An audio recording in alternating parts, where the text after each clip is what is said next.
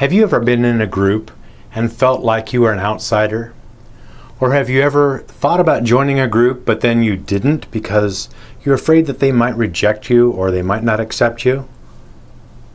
Do you know when it's time to pull the plug and leave a group? I'm going to share with you the 7 steps that you need to make good connections when you join a group, and that's coming up starting right now. Hi, I'm Eric with ericdieter.com.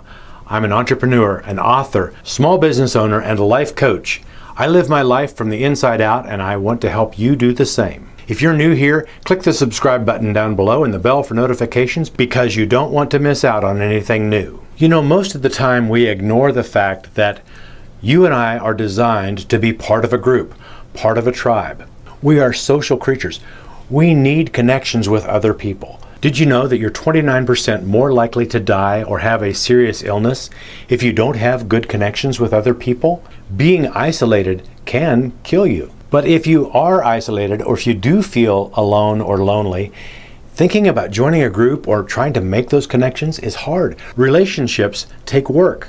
It's not easy joining a group, especially if you're going to be the newbie. But joining a group and making connections with other people is a lot of work. Relationships take work to maintain, but they take even more work to try to establish new relationships. And sometimes we feel like it's not worth that much effort. But then you go back to the statistics of death, serious illness, and even when you join a group, often it's not easy to break in and really feel like you're accepted. You may know how it feels to be officially a member of a group, but not really accepted by the group. It doesn't feel very good. I want to help you find a way to get connected in a group, and here are the 7 steps that will help you accomplish that. Step number 1, make a decision. Decide that you're going to make connections with other people by joining whatever group that you are interested in. Step number 2, once you decide to join a group and decide what group you want to join, make a commitment and show up. You can't make connections if you're there only once in a while. Show up on a regular basis. People need to see your face regularly to make good connections with you. You can't make connections if you're not there. Step number 3, learn the language. Every hobby, every activity, every sport, every group has its own unique language. There are going to be terms and expressions of speech that people know already and everyone in the group knows, but when you come in as a new person, you probably won't.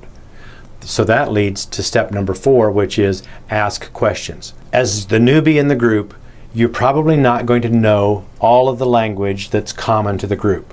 So when things come up that you don't understand, or if you just want information, or if you're trying to learn something new, ask questions. There's going to be people in the group who know a lot more about whatever the group is about than you do. Don't be afraid to ask when you don't know something. You know, your teachers always told you there's no such thing as a stupid question. The problem that you and I face is when you ask a question, you often will feel uncomfortable and you feel like maybe it's a stupid question. And most groups understand that when new people come in, they're going to have questions. They should answer them graciously. And if you don't understand, ask again.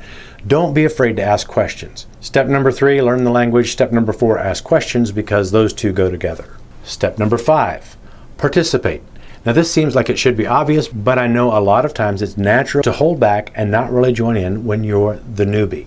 Step number 6 is probably the most important, and that is to help out and to volunteer. There are things that need to be done in any group to maintain it. Find a way to be helpful to the people who are doing those jobs. You don't have to take over their jobs, but just help them out. Volunteer, help out. That will help you make deeper connections than just by showing up. Working on a project together is a way to help you build connections within the group, and people will see you as a valuable asset. Step number 7, reach out to others. Start conversations. Find people who you click with, because in most groups you'll be able to find somebody that is kind of on the same page as you are. Maybe they were the newbie until you showed up. Maybe they're just somebody that you have something in common with. Look for the people that you can connect with one-on-one within the group or outside of the group. If you follow these 7 steps, it will help you break the ice more quickly than just sitting back and expecting other people to come to you. But here's one important thing to keep in mind. Every group that has been established for any length of time has at least one clique. Every group has kind of an inner circle, the leaders who either started it or the leaders who make things happen, or just those who have been around the longest. There are relationships already established within the group. You will feel like an outsider because you're the newbie. You don't have any relationships established already, and you're trying to break into that clique. Here's what I have found. Don't try to break into the clique. Don't try to come into a group and move immediately into the inner circle. Because the inner circle already has the relationships established, you're probably not going to move immediately into the inner circle, even though the inner circle seems to be a part of any group that you might find. There are still ways to make connections. Follow the 7 steps. Eventually, you will not be the newbie. You'll still be considered as part of the group, even though you may not be part of the inner circle. Here's the important thing to look for, and it will take a little bit of time to figure out. Find out if the inner circle or the clique is a benevolent clique or a tyrant. There are some groups that it's very hard to become a part of the group because the clique is so exclusive. They don't really allow anybody else to come in and be a part of the group. They like what they have, and even though they say they're open to new members, they really aren't. That's a clique that acts like a tyrant. There are others that have an inner circle, but they're also welcoming of members. The inner circle doesn't just associate with their friends, but they'll break off and talk to new members as well, even though they have the relationships already established. Those groups you can become a part of even though you're not part of the inner circle. Eventually, you'll establish good relationships with everybody in the group. Let me give you a fictitious example. Suppose for a minute that you decide that after not having ridden a bicycle since you were in grade school, that you're going to buy a bicycle and join a bicycle riding club or a bicycle riding group. You look online and you find a group and it says, everyone's welcome, no one is left behind. That's the stated policy most of the time. Here's what probably will happen.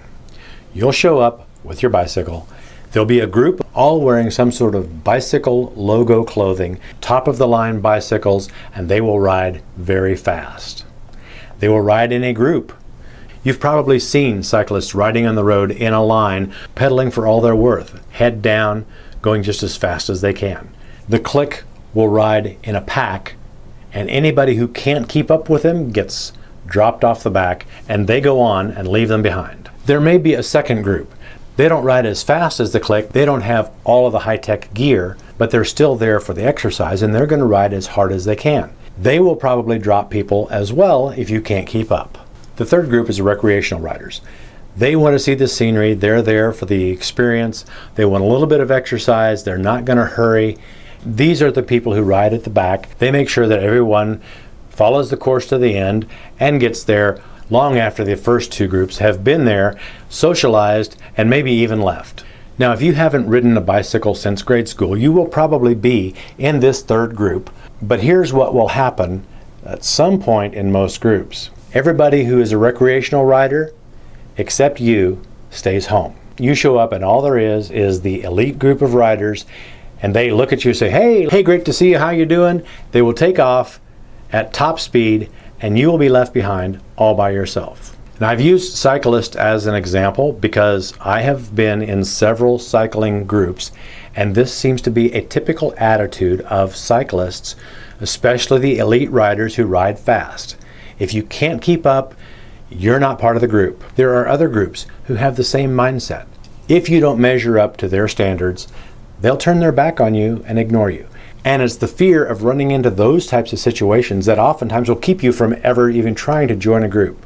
The thing to do is to, as you're making connections, going through those 7 steps, doing what you can to connect with the group, keep in mind the feedback you're getting and whether you think the group is benevolent or a tyrant. Don't forget, sometimes this process of evaluation can take time. I'm a part of a group that it took me 9 months before I really felt like I was included. But now the people in that group give me some of the best encouragement I've ever had in my life. I followed the 7 steps. That's how I made such good connections in this group. I decided that I wanted to be a part of the group. I showed up. I participated, I learned the language, I asked questions, I volunteered and helped out, and I reached out and formed relationships with people in the group. I kept doing these 7 steps to be a part of this group because it is important to be connected to other people. Here's what I want you to remember. You need to be connected to other people. For your mental health, for reducing stress, for a happier life, for your physical health, to reduce that 29% chance of dying or contracting a serious illness. You need to be connected to other people. If you're new here and want to know more about living your best life ever, click the subscribe button down below because that way you won't miss anything new. I will see you next time.